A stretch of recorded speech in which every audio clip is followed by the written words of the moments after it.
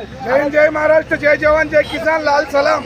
आज दिनांक 15 सप्टेंबर 2025 रोजी संविधानिक पद्धतीने भारतीय शेतकरी कामगार पक्ष या टीमने आणि सर्व ज्येष्ठ श्रेष्ठ नेत्यांनी हे आंदोलन केलेलं आहे, रस्ता रोके आंदोलन केलेलं आहे।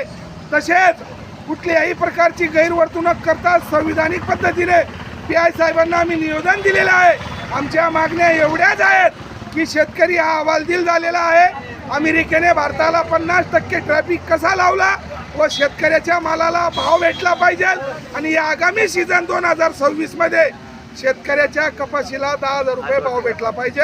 आमची हीच मागणी आहे। आणि महाराष्ट्राचे मुख्यमंत्री श्रीमान देवेंद्र फडणवीस विधानसभा निवडणुकीच्या पहिले शब्द देतात की आम्ही 7/12 कोरा करू। तो कोराही झालेला नाही, कर्जमाफी झालेली नाही। या विषयावर आमचा मुद्दा आहे। पुढील 2 शब्द कोकुदादा पाटील यांनी बोलावे अशी मी दादांना विनंती करतो। टाकले सर या।